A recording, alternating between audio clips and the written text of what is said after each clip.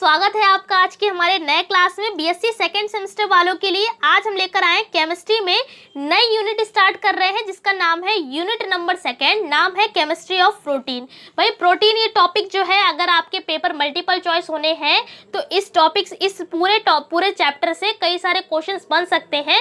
जिस तरीके के क्वेश्चन बनेंगे वो भी हम आपको बता देंगे और जिनके डिस्क्रिप्टिव पेपर होने हैं वैसे भी बता देंगे कि किस तरीके से क्वेश्चन आ सकता है। तो चलिए चैप्टर है इसे स्टार्ट करते हैं। सबसे पहले बात करेंगे आखिरकार प्रोटीन होती क्या है। तो सबसे पहले देखिए CHON इनसे मिलकर यौगिक जो बनते हैं उन्हें क्या कहते हैं, प्रोटीन कहते हैं। यहाँ पर देखिए जो हमने इससे पहली यूनिट जो पढ़ी थी जिसका नाम था कार्बोहाइड्रेट, वहां पर हमने आपको बात बताई थी। जिन्होंने सारी क्लासेस ली होंगी उन्हें पता होगा।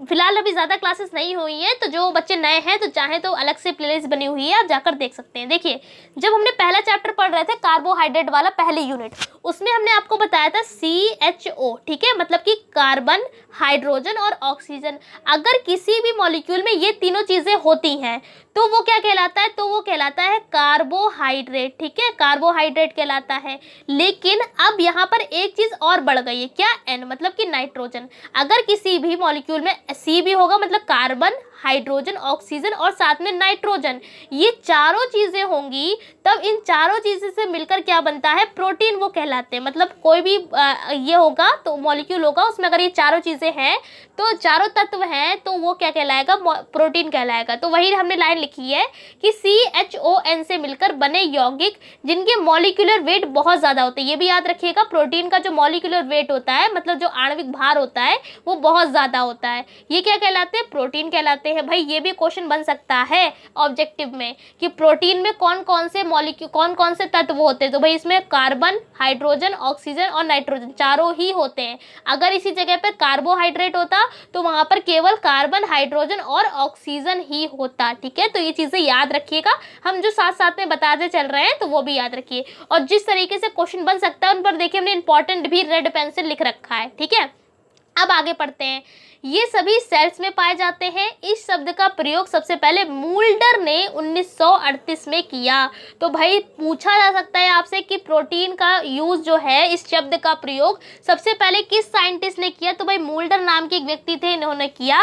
कब किया, तो 1938 में किया। और ये जो प्रोटीन है ये आपकी सारी जो बॉडी, आपको पता होगा बॉडी जो है वो सेल से मिलकर बनी। सेल का मतलब होता है कोशिकाएं, तो इनसे मिलकर बनी है। तो ये सेल्स में पाई जाती है प्रोटीन, ठीक है। उसके बाद ये भी क्वेश्चन है कि इसका मॉलिक्यूलर वेट कितना होता है। अभी हमने आपसे कहा कि मॉलिक्यूलर वेट जो होता है बहुत ज्यादा होता है। कितना बहुत ज्यादा होता है, तो लगभग 10,000 होता है। ये भी ऑब्जेक्टिव में क्वेश्चन बन सकता है, आया हुआ है इसलिए हमने आप यहाँ पर लिख दिया। उसके बाद सबसे ज्यादा प्रोटीन किसमें होती है, सबसे कम प्रोटीन किसमें होती है। तो भाई सबसे ज्यादा प्रोटीन होती है पनीर में, जिसे चीज भी बोलते हैं, और सोयाबीन में। अगर ऑप्शन में दोनों दे रखा है तो आप पनीर को टिक करेंगे क्योंकि सोयाबीन से ज्यादा भी हमारी प्रोटीन में होती है पनीर में। उसके बाद सबसे कम प्रोटीन की बात करें तो वो होता है बनाना में, मतलब कि केला में सबसे कम प्रोटीन होती है।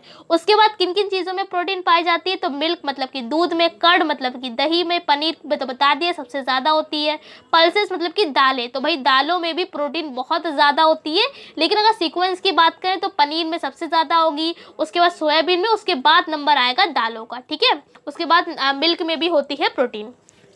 उसके बाद लिखा हुआ है कि ये हमारे शरीर में हॉर्मोन्स एंड एंजाइम का रेगुलेशन करती है, मतलब कि नियमन, ठीक है। उसके बाद ये हमने आपको बता दिया सबसे कम प्रोटीन बनाना में होती है। ये भी क्वेश्चन काफ़ी पूछा जाता है कि जो बाल होते हैं ह्यूमन के, मानव के, उनमें कौन सी प्रोटीन होती है। मतलब जो आपके बाल हैं, पता होना चाहिए जनरल नॉलेज के लिए कि आपके बालों में कौन सी प्रोटीन है। तो भाई कैराटिन, कौन सी प्रोटीन है बालों में, कैराटिन। इसी जगह पे अगर मसल्स की बात करें, मसल्स का मतलब है जो मांसपेशियां हैं, उनमें कौन सी प्रोटीन होती है, तो भाई मायोसिन, ठीक है। तो ये दोनों पॉइंट याद रखिएगा कि बालों में कैराटिन होती है और मसल्स में जो आपकी होती है मसल्स, उसमें कौन सी होती है, मायोसिन प्रोटीन पाई जाती है। उसके बाद स्ट्रक्चर ऑफ प्रोटीन, स्ट्रक्चर क्या है, तो इसकी स्ट्रक्चर की स्टडी जो है 4 तरीके से करी जाती है, मतलब 4 प्रकार है इसका। पहला है प्राइमरी, सेकेंडरी और हमारा है टर्शरी, और चौथा है क्वाड्रेटरी, मतलब कि 1 डिग्री, 2 डिग्री, 3 डिग्री और 4 डिग्री। ये 4 टाइप है, इनके बारे में आज पढ़ते हैं। देखिए प्राइमरी क्या है, जैसे कि अगर हम आपको एक नॉर्मल बताएं, जैसे कि हमने यहाँ पर एक ग्रुप लिख दिया CHO, आपको पता होगा CHO क्या है, हमारा एल्डिहाइड ग्रुप है। इसके साथ में हमने लिख दिया CH2, इसी तरीके से हमने साथ में लिख दिया CH2।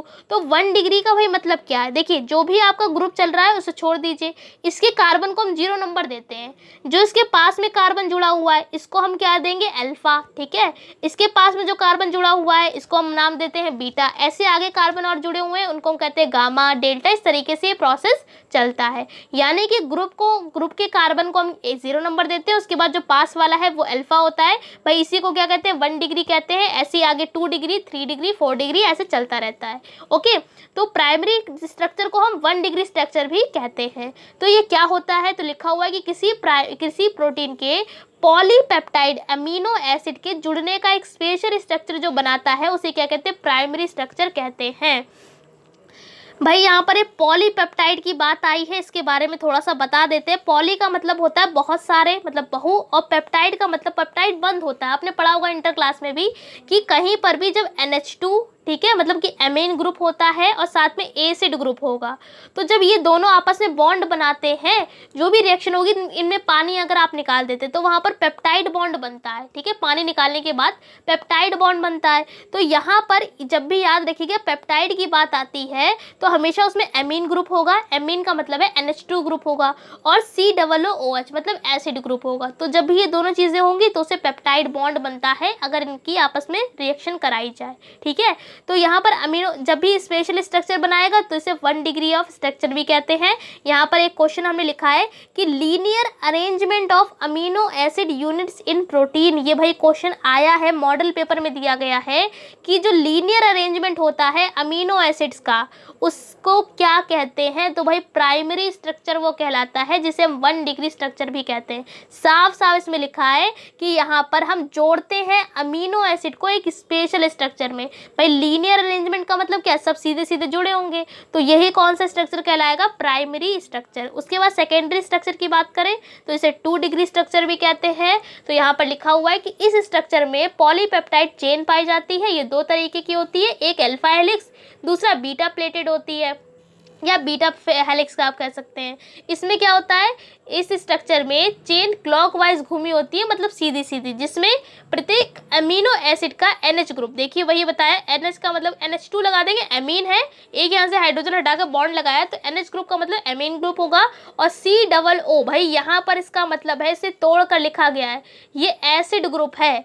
अब ये दोनों क्या होगा, हाइड्रोजन बॉन्ड के द्वारा जुड़े रहते हैं।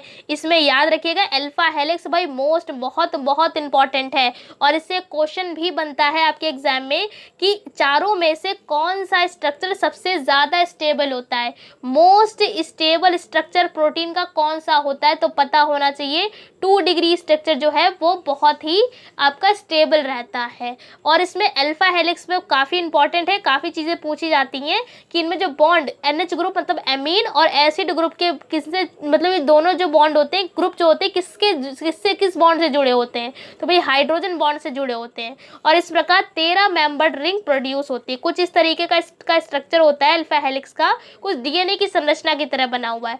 अगर आपको ये सही से साफ नहीं दिखाई दे रहा है तो भाई गूगल कर लीजिएगा, गूगल पर आप जाइएगा, सर्च करिएगा अल्फा हेलिक्स स्ट्रक्चर, आपको ये मिल जाएगा, वहाँ से आप देखकर बना सकते हैं। यहाँ पर साफ साफ ये देखिए, सबसे पहले क्या है, C+O, यहाँ पर उसी एसिड ग्रुप की बात करी गई है, तोड़ के लिखा हुआ है बस, ठीक है। ये जो इस तरीके से डैश डैश डैश लगाएंगे फिर लिखेंगे NH, ठीक है। NH का मतलब हमने आपको बता दिया एमीन ग्रुप है।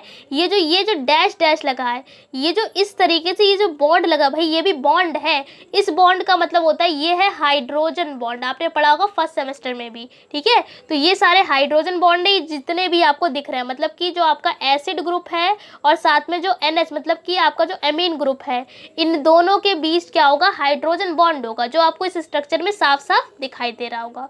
उसके बाद बीटा हेलिक्स स्ट्रक्चर क्या होता है, तो इस प्रकार के स्ट्रक्चर में सभी पॉलीपेप्टाइड चेन जो होती है वो खुली हुई होती है, ओपन होती है, और हाइड्रोजन बॉन्ड के द्वारा जुड़ी होती है। इस प्रकार की जो प्रोटीन होती है वो सॉफ्ट होती है, जैसे सिल्क मतलब रेशम में क्या होती है, प्रोटीन होती है, वो बहुत ही मुलायम होती है। तीसरी क्या है हमारा 3 डिग्री स्ट्रक्चर, यानी जिसे टर्शरी स्ट्रक्चर भी कहते हैं।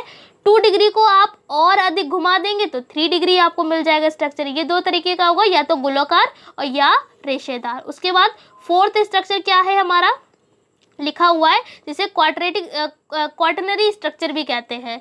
इसमें क्या होगा, दो या दो से ज़्यादा प्रोटीन आपस में मिलकर एक ग्रुप बना लेंगी, उसे ही हम क्वाटरनरी स्ट्रक्चर मतलब 4 डिग्री स्ट्रक्चर भी कहते हैं। समझ में आपको आ गए? चारों हमने आपको बता दिए। चारों में सबसे ज़्यादा इंपॉर्टेंट की बात करें तो अल्फा हेलिक्स वाला है।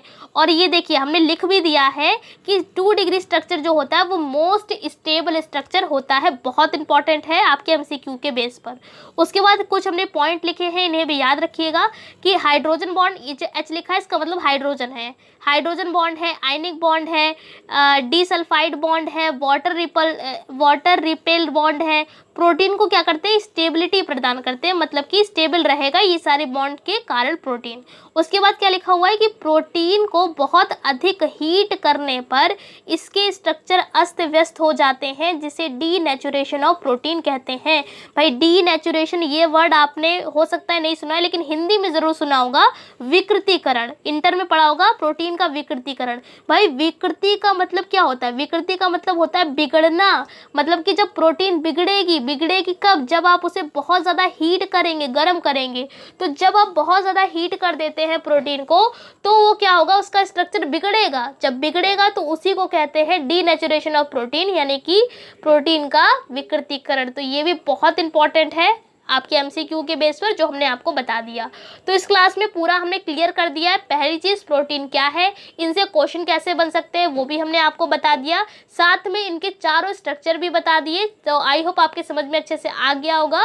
कोई नई चीज़ नहीं समझ में आ रही तो आप उसे कमेंट सेक्शन में कमेंट करके पूछ सकते हैं। PDF आपको मिल जाएगी टेलीग्राम पर, तो अगर आपने वहाँ ज्वाइन नहीं किया है तो ज़रूर जाकर ज्वाइन कर लीजिए। डेप्थ स्टडी सर्च करिएगा, आपको मिल जाएगा। तो इस क्लास में इतनी रखते हैं, अगले क्लास में मिलेंगे इसके अगले नए टॉपिक के संग। तब तक के लिए जय हिंद।